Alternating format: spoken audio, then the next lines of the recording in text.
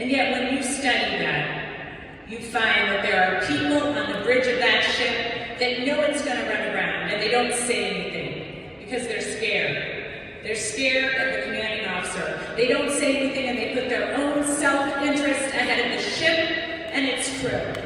And that's what we see going on right now.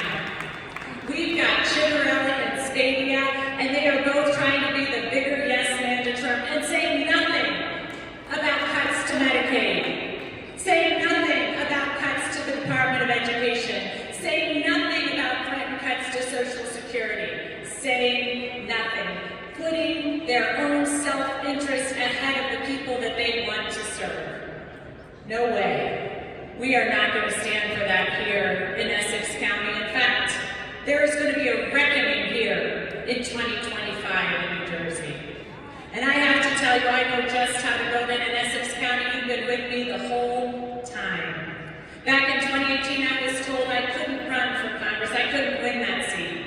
In fact, those of you from Newark might remember that street called Frelinghuysen Ave. I was running against one of those guys, not Frelinghuysen. As Luganizia said, those guys came over on the boats. Right? He was here, his family was here before we were a country. They said I couldn't do it. They said he was a 20-year incumbent. He was here